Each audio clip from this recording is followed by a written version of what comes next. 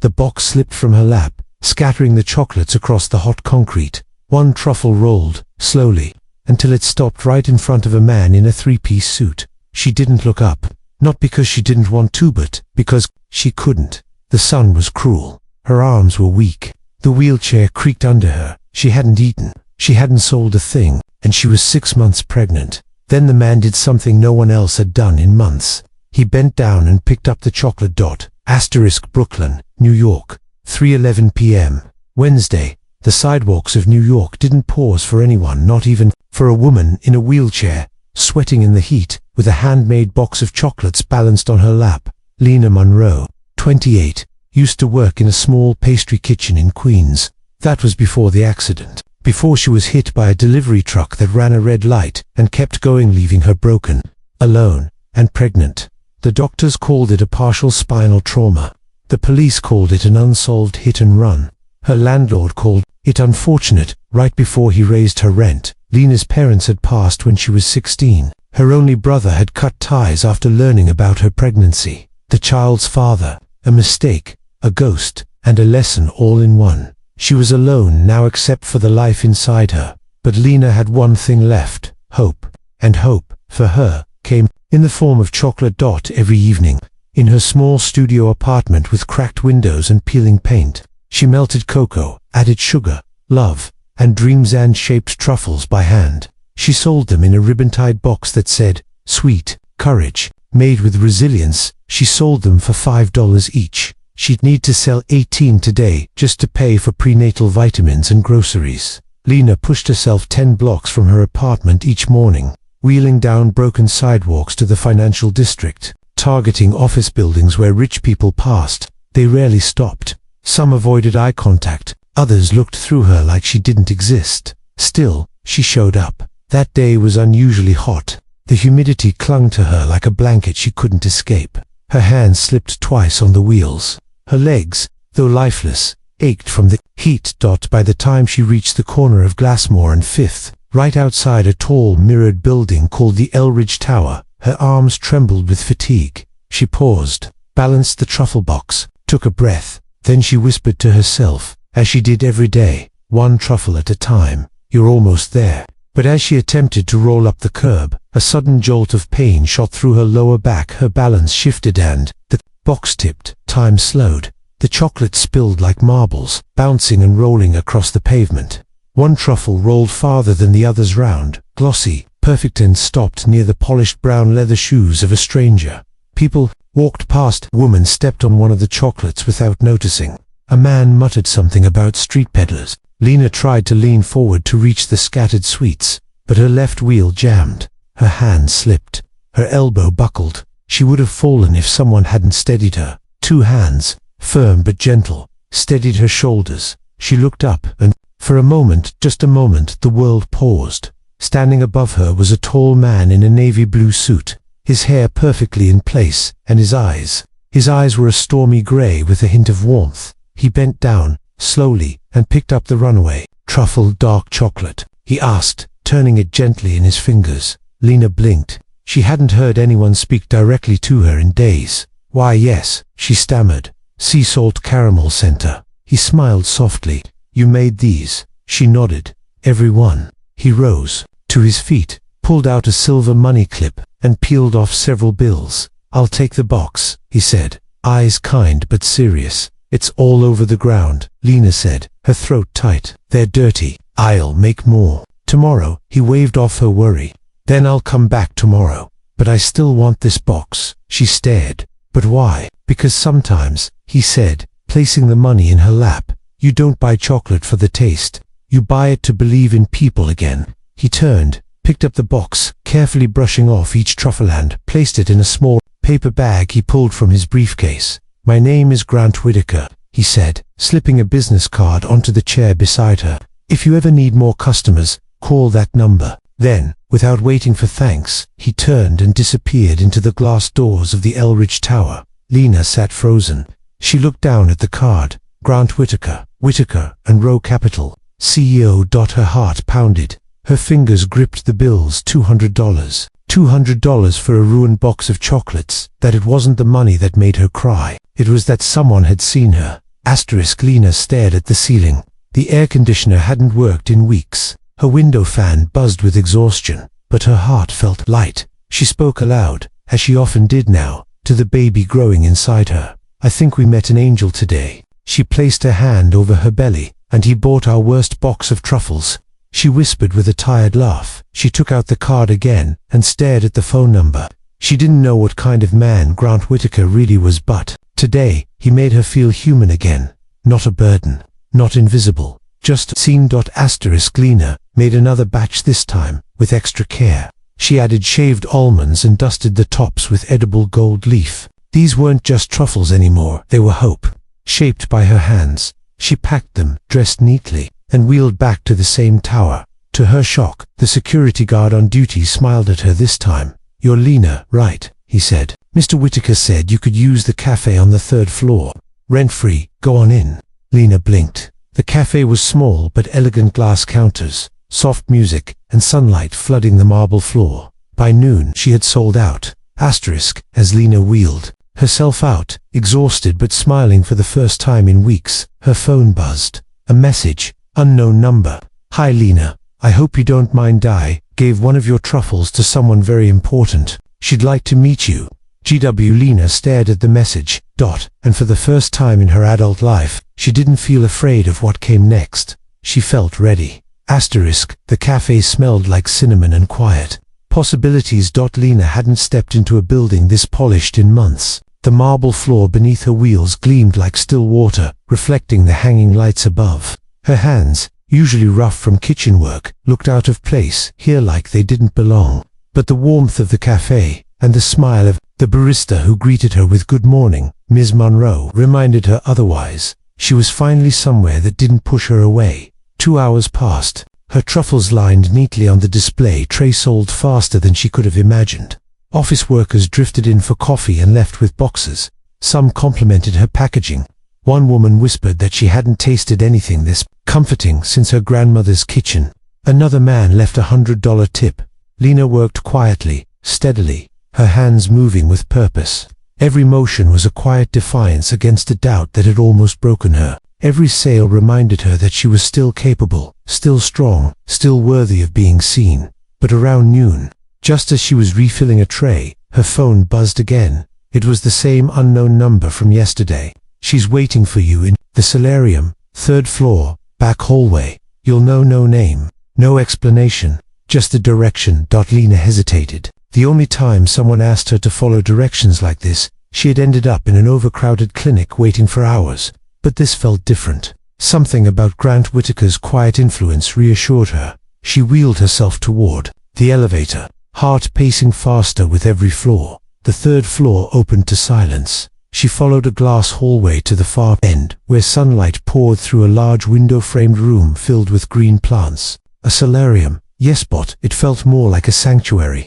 And at the far corner, seated on a cream-colored bench beside a vine-wrapped column, sat a woman who seemed to glow from within. White hair pulled into a twist, soft gray dress, a cane resting beside her. The woman turned slowly, and a gentle smile formed on her lips. "You must be Lena." Her voice was warm, low, and even, like someone who had weathered more than her fair share of storms but had learned to speak with kindness anyway. "I'm Claire Whitaker, Grant's grandmother." Lena felt her heart flutter. She hadn't expected family, certainly not someone like her. There was elegance in Claire's posture, but more than that, there was presence. She radiated strength without trying to impress. "I hear you make miracles with chocolate," Claire said, folding her hands over her lap. "And I'd like to hear your story, if you're willing to tell it." Lena blinked, taken aback. "Why?" "Because my grandson doesn't speak about many people, but he spoke about you." There was no judgment in Claire's voice, only curiosity. So Lena took a breath, and for the first time she told someone start to finish. The pastry job she loved, the long nights of laughter in a kitchen that smelled of vanilla and ambition, the accident, the numbness, the silence, the loneliness, and the growing life inside her that was both the reason she kept going and the reason her world had been so quick to shut its doors on her. Claire listened without interruption. Not once did she frown or pity. She simply listened. When Lena finished, Claire leaned back against the bench and sighed, as if holding the weight of the story within herself. My husband used to say, she finally spoke, that sometimes the most broken souls make the richest recipes. Pain deepens flavor, struggle teaches patience and courage. She looked at Lena, eyes glinting. Courage makes sweetness last. Lena didn't realize she'd been holding her breath until it escaped in a soft exhale. Do you have a name for your business? Claire asked gently. Sweet Courage, Lena said. I wrote it on the box. Claire smiled. A perfect name, but it needs a home. Lena looked confused. I'm opening a community shop, Claire continued. Downtown, in the old brick bakery that's been closed for years. I fund a few of these across the city. Safe places where women can sell what they create. Handcrafted items, food, art. No rent, no catch, just a platform. Lena stared, speechless. I'd like you to be the first vendor, Claire said, her eyes soft. If you're ready. The silence stretched between them, but this time it wasn't heavy. It was full of 1,000 things Lena didn't know how to say. Why me? She whispered, not sure if she wanted the answer. Claire leaned forward and gently touched Lena's hand. Because I see something in you I once lost in myself. And it's time you remembered who you are. Lena didn't cry, not yet. But she would later, in the elevator going down, when her reflection caught in the mirrored walls and she saw not a woman in a wheelchair. Not someone who had been abandoned, but a woman chosen. A woman becoming. That night, back in her tiny apartment, Lena took out a notebook. She drew sketches of new packaging, jotted down ideas for flavors. Lavender, honey, orange zest, and almond. Coffee, sea salt. Each recipe was a promise to herself. A step forward as she stirred a new batch of truffle mixture. Her phone buzzed again. A photo, this time it was one of her truffles bitten in half, resting on a porcelain plate.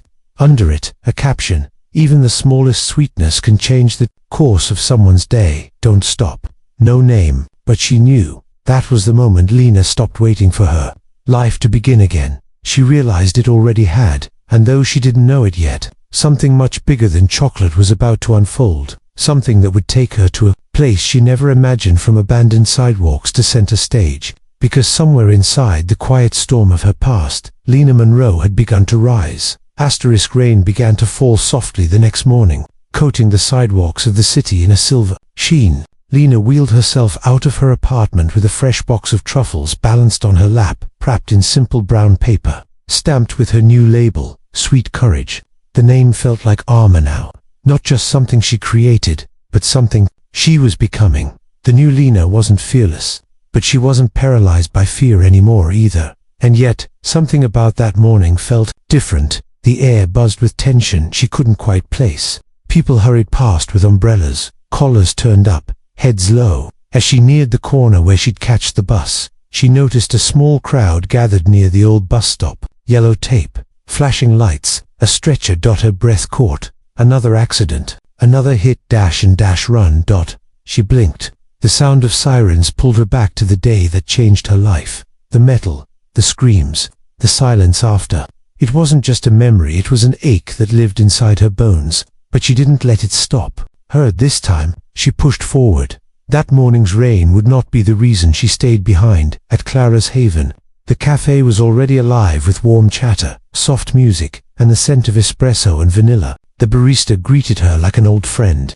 A small display table had been cleared just for her chocolates, right beside the window. She hadn't asked for that, they just did it, as if they wanted her there. That alone almost brought tears to her eyes. By mid-afternoon, she'd sold out completely. She sat at a corner table sipping hot tea when the cafe door opened, and everything shifted. He walked in like he belonged to every room he entered, not just confident, but calm, composed, as if the chaos of the world respected his boundaries. Grant Whitaker, the man who had bought her entire box of truffles and walked away without expecting anything in return.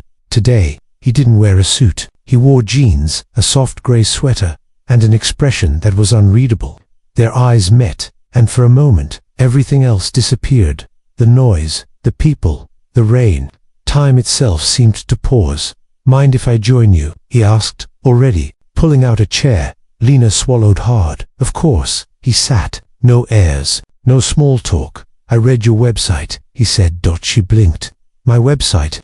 Claire insisted you needed one, so my team helped build it.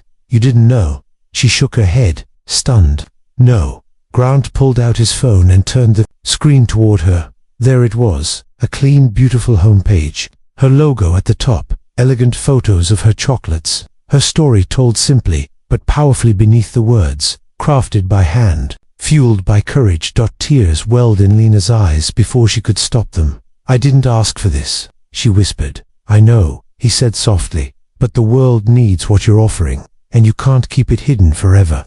She looked out the window, letting the silence settle between them like a warm coat. For the first time in so long, she wasn't fighting to prove her worth. She was simply being seen. "You don't even know me," she said quietly. Grant leaned forward. "No, but I saw the way you tried to catch that last truffle, even though your arms could barely move. I saw the fire that hadn't gone out completely, and I know courage when I see it." The bell above the cafe door chimed again. A young man in a tailored coat approached Grant, whispered something into his ear, and handed him a folder. Grant nodded, but his expression turned serious. He stood, glanced at Lena, and said, "I have to go, but there's something you should know." She tilted her head, confused. "The man who hit you 4 months ago," Grant said quietly. "They found him." Lena froze. He nodded slowly. "He's not just anyone. He's the son of a very powerful man, and he's trying to make the whole thing disappear." The room seemed to spin around her. Her hands tightened around the cup in her lap. "I don't want revenge," she said, her voice thin. "This isn't about revenge," Grant replied, eyes sharp. "It's about truth, about justice. I can help you if you let me." Lena stared at him, trembling not from fear, but from the sudden collision of her past and her present. She thought she had buried that night. That maybe if she worked hard enough, loved her unborn child fiercely enough, created something beautiful enough, she could leave it behind. But it had found her again. She didn't know what to say. "Think about it," Grant said. "I'll be back." He left the folder on the table and walked out into the rain. Lena didn't open it right away. She just sat there, breathing, hands shaking. Then she placed the folder into her bag and looked down at the belly that now curved gently. Under her coat, she whispered softly, "I'm doing this for both of us." Later that night, back in her apartment, Lena lit a candle and opened the folder. Inside were photos, reports, a name she recognized but had tried to forget, and a note from Grant, written in ink. "You're not alone anymore. And you're not powerless." She stared at those words long after the candle burned low, because something had shifted again, not just in her world but in her spirit. She had been the girl in the wheelchair, the girl who sold chocolates to survive, but now she was something more. A force not yet fully known. And as the thunder rumbled outside, her window and the baby stirred softly inside her. Lena knew her story wasn't just about recovery anymore, it was about reckoning.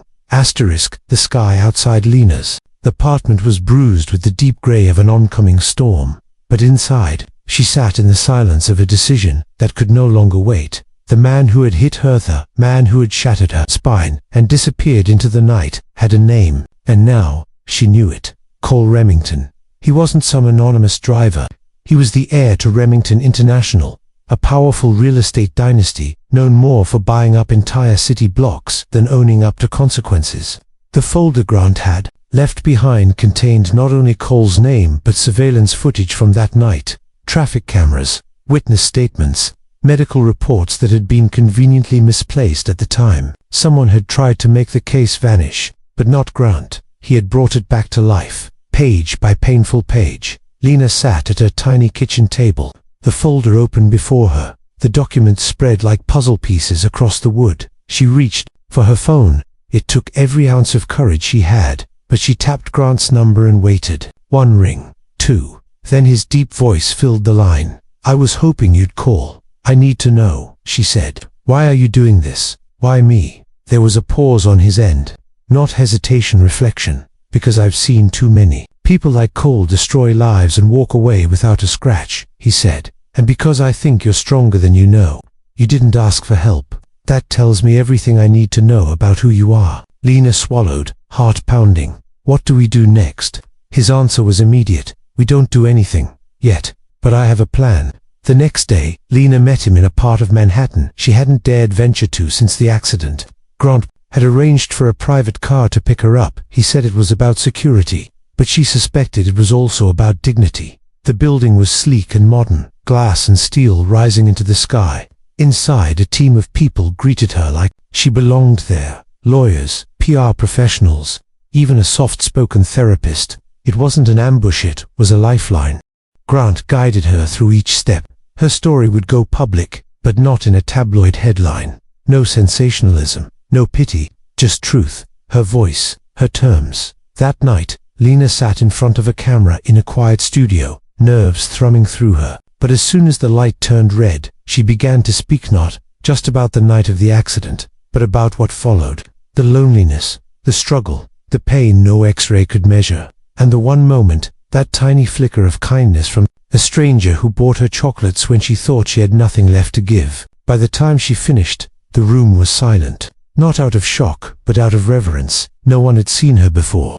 Not really now. The world would. The video quietly made its way online, shared first by Grant's media team, then passed from person to person like a spark in dry grass. Comments poured in. Survivors, mothers, advocates, even strangers who had walked past Lena without ever seeing her, now flooded the page with apologies and encouragement. But it wasn't the attention that changed things. It was the letter that arrived 2 days later, hand-delivered, no return address, just a single card. Inside, in rushed, uneven handwriting, were 6 words. "I'm sorry, I never meant to." There was no signature. Lena stared at the card for a long time. Remorse or fear. The envelope smelled faintly of cologne. Familiar. Her hands trembled. She showed the letter to Grant, who had it analyzed. It matched the ink and handwriting of Cole Remington. Proof, not just of the crime, but of the conscience that had finally cracked under the weight of its own silence. "I want to see him," she said. Grant frowned. "Lena, that's risky. He has lawyers." "He has lawyers," he interrupted. "For me, not for a courtroom, not for revenge. I need to look him in the eye and tell him what he took from me, and what he didn't." Grant exhaled slowly. "Then we'll arrange it." The meeting took place in a private mediation room, with 2 guards standing nearby. Cole walked in, his once arrogant posture now clouded by discomfort. His suit fit perfectly, but nothing else about him did. He looked like a man trapped in his own skin. Lena didn't flinch. She didn't raise her voice. She didn't cry. She simply spoke. "You hit me," she said. "You left me in the street. You took something from me I could never get back. But you didn't destroy me." Cole's jaw tensed, but he said nothing. She leaned forward slightly. "I am not your shame. I am not your silence. I am still here. And I am raising a child who will never have to heal from what you caused." That broke something in him. He covered his face with his hands. Whether the tears were real or not, Lena no longer cared. She had said what needed to be said. As she wheeled herself out of the room, she felt lighter. Outside, Grant was waiting. He looked at her with quiet admiration. "How do you feel?" he asked. She didn't smile. Not yet. But there was a new stillness in her. "Like I just took my life back," she said. And for the first time she believed it. Back home she found a package waiting at her door. It wasn't from Grant. There was no note. Inside was a delicate box of chocolates, her own brand, Sweet Courage, but with a twist. Each truffle had a different message etched in gold foil. Brave. Fighter. Mother. Hope. She opened one and found a tiny charm inside, a silver pendant shaped like a flame. Not just any flame. Her logo, her story. And underneath it, a tiny engraving. "You are the fire."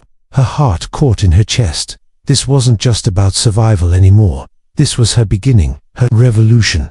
And she wasn't alone. She had a voice, a future, and a fire that would never be extinguished. Asterisk. The morning sunlight filtered through the gauzy curtains of Lena's apartment, casting soft golden stripes across the floor where little baby socks, a journal, and an unopened package waited. The world outside had changed, warmer, lighter, less cruel, and yet Lena Carter woke up every day with the same resolve, to keep building something from the broken pieces that once defined her. Her body still ached sometimes, especially in the hours before dawn. The wheelchair was still part of her reality, but lately it didn't feel like a symbol of her limitations. It felt like her throne, a place from which she had chosen to rise again and again, even when it would have been easier to stop trying. She reached for her journal, one hand resting gently on her growing belly. 8 months now. The tiny flutters inside her had turned into confident kicks. The baby was strong, just like her.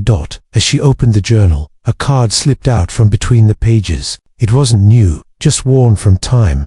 from rereading. It was from Claritha, cafe owner, who had taken her in during those first uncertain days after meeting Grant. Your voice will heal more than just you. Lena smiled faintly. She hadn't fully understood those words at the time, but she did now. Her video had gone viral, more than viral. It had sparked a wave of people sharing their own stories of injury, injustice, and invisible battles. Mothers who had lost hope, fathers who had raised children with disabilities, teenagers who were afraid to be seen. Somehow, Lena's quiet resilience had unlocked something in all of them. And then came the invitation. It had arrived 3 days ago. An embossed envelope with a gold wax seal, the kind that looked like it belonged to royalty. Inside, a letter. We are honored to invite Lena Carter to speak at the National Forum on Equity and Empowerment. Washington, D.C. Your story has moved hearts and stirred change. We would be privileged to have you as our keynote speaker. She hadn't known how to respond at first. Public speaking, in front of hundreds of people. She had barely spoken outside of cafes and chocolate shops a few months ago. But Grant had been clear. You don't need to be loud to be powerful, he said when he read the letter. You just need to be honest. That's what makes you unforgettable. Now, seated in her apartment days before the event, Lena reread her notes again and again, uncertain where to begin. What do you say to a room full of strangers when your life has been stitched together by silence? She closed her eyes and let her heart answer. Start with the truth. 3 days later, she sat backstage. The elegant auditorium buzzing with hushed voices and clinking glasses, screens lit up with her name. Journalists waited in the wings, but Lena felt none of it. What she felt was the hand wrapped around hers. Grant, he hadn't left her side since that day outside Blake Tower. He had become more than an advocate, more than a friend, more than she could quite define. Their connection was unspoken, like a familiar melody she hadn't realized she'd known her whole life. You ready? He asked. She took a breath. No, she said with a tiny grin. But I'm going anyway. The stage lights warmed her skin. The applause quieted, and then she began. Months ago, I was invisible. I sat outside a building in the heat, pregnant, paralyzed, and forgotten. The world passed me by, and I thought maybe that was all my life would be. But then someone stopped. Someone saw me not as broken, not as helpless, but as a person, and that changed everything. She paused, eyes scanning the crowd. I didn't come here to be a symbol. I came because there are people out there, maybe in this room, who feel like they don't belong, who feel like their worth ended when life got hard. But I'm here to say it didn't. It never did. The silence that followed was sacred. By the time Lena finished, the entire auditorium was on its feet. Some clapped, some wept, some simply stood in awe of the quiet storm she had become. Backstage, she sat in her chair, trembling not from fear, but from release. Grant knelt beside her, pride shining in his eyes. You did it, he said. She looked at him, voice soft. I feel like I finally exhaled after holding my breath for a year.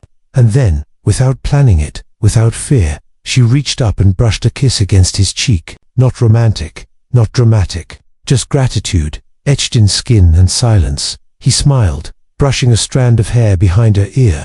You know, you started something, and people aren't going to stop listening. Lena nodded. Then I'll keep speaking. That night, her phone buzzed endlessly. Interviews, partnerships, even investors interested in expanding Sweet Courage, her handmade chocolate brand. Orders flooded in. Everyone wanted to taste what survival looked like. But Lena wasn't overwhelmed anymore. She had a team now. Women she had met in shelters and support groups, single mothers, veterans, survivors. She trained them in chocolate making, gave them jobs, gave them a place to belong. What she had once done alone, she now built with many hands. Each chocolate came with a message, not printed, but handwritten. You're still here, and that matters. She kept one special box aside every day for a customer who needed it most. Sometimes she left it on a subway bench, sometimes on a hospital windowsill. Sometimes she handed it to a stranger who looked like they hadn't been seen in a while. No one ever turned it down. And then came the night. She got a call from the hospital. The baby was ready. It wasn't an easy birth, but Lena was calm, strong, surrounded by people who loved her, who respected her. Hours later, as she held her daughter in her arms, the world felt still, not empty, not lonely, just full. You're not the end of my story, she whispered to the newborn. You're the start of my second chapter. Grant stood by the window, his gaze soft and protective. She looked up at him. "Do you want to hold her?" He stepped forward, careful and reverent, like the moment was too sacred to rush. As he cradled the child, something unspoken passed between them. Not promises, not plans, but presence. Real, honest, and undeniable. Lena leaned back, eyes closing briefly. She wasn't the woman who'd sold chocolates on the sidewalk anymore. She was something more. And her fire was just beginning to rise. The sky over Manhattan was painted in soft hues of gold and lavender as dusk settled in.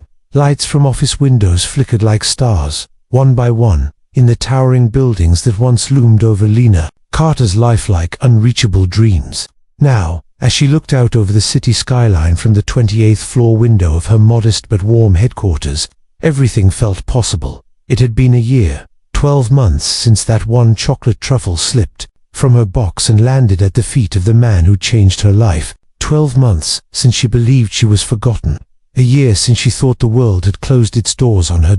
And now, here she was, founder of Sweet Courage, mother of a daughter who laughed in her sleep, mentor to dozens of women who once stood where she had stood. And tonight, Lena Carter would be named Woman of the Year by the National Empowerment Alliance. Her name would be etched beside other survivors, warriors, and changemakers. It was overwhelming, it was surreal, and still, it was real. Her fingers traced the edge of the award invitation sitting beside her teacup. Gold foil ivory linen card. Fancy, yes, but it wasn't the glamour that held her attention. It was the handwritten note scribbled beneath the RSVP. You didn't just change your story, you gave others permission to rewrite theirs. MB Nathaniel Blake had become more than a moment in her life. He had become a steady presence, not someone who swept her off her feet, but someone who stood beside her while she found the strength to rise. In truth, there was something quietly growing between them. No confessions, no expectations, just mutual respect, shared laughter, long conversations, and silent support. The kind of bond that didn't rush or demand. The kind that built trust brick by brick. The soft sound of baby giggles pulled Lena from her thoughts. Mummy, little Marin cooed, bouncing in the arms of Clara, who had just arrived to help Lena get ready for the gala. Clara grinned. Your daughter's already a star. She's been charming everyone at the cafe all morning. Lena smiled, reaching for Marin. She's got a little magic in her. She got it from you, Clara replied, wrapping a light shawl around Lena's shoulders, ready to go change the world tonight. Lena glanced at her reflection in the mirror. She wore a navy blue evening dress, simple but elegant, the kind that moved with her instead of against her. Her wheelchair gleamed ground, had insisted on polishing the chrome himself. A tiny pendant hung from her neck, a silver cocoa bean engraved with the word rise. Not change it, she whispered, adjusting the necklace. Just remind it what's possible. The gala was breathtaking. Marble floors, chandelier-lit halls, and a room full of people who had heard her name but never truly known her story. As Lena rolled into the center of the room, conversations paused. Some people clapped. Others simply watched in quiet admiration. She wasn't a celebrity. She was something rarer, a survivor who gave others permission to hope. After a few speakers, her name was called. Lena took a breath and made her way to the podium. Her hands trembled slightly, but her heart didn't. She had waited a lifetime to feel this sure of who she was. I used to think that broken meant finished, she began, her voice steady, that if your body fails you, or people leave you, or the world turns its back on you, that it means you have nothing left to offer. But I've learned something different. She paused, letting her gaze settle on the crowd. I've learned that there is more power in rising slowly than in never falling. That there is more grace in showing up with scars than in pretending to be unmarked. And that kindness, genuine, simple kindness, can be the spark that rewrites someone's entire future. She held up the award. This isn't just for me. It's for every person who thought they were too small to matter. You're not. You never were. The applause was thunderous. But Lena wasn't listening for the volume. She was listening for the quiet click of shoes. Approaching behind her, she turned. Grant stood there, holding Marin, pride shimmering in his eyes. She fell asleep during his speech, he whispered. Guess the drama was too much for her. Lena chuckled softly, reaching out to stroke her daughter's cheek. She'd have her own speeches one day, and her own courage, he replied, because of you. Later that evening, when the music slowed and the crowd began to thin, Lena found herself sitting on a balcony under a velvet sky. Stars blinked above, calm and ancient.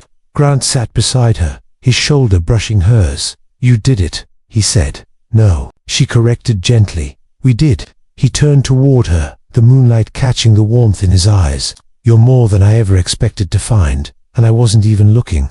She looked at him for a long moment, not for answers, just to see him really see him. "I think I was always looking," she whispered. There was no grand kiss, no sweeping orchestra, just his hand finding hers, steady and real. And that was enough. Months later, Lena would sit on a panel with CEOs, activists, and changemakers. Her chocolate line would be sold in airports across the country, packaged with messages of hope.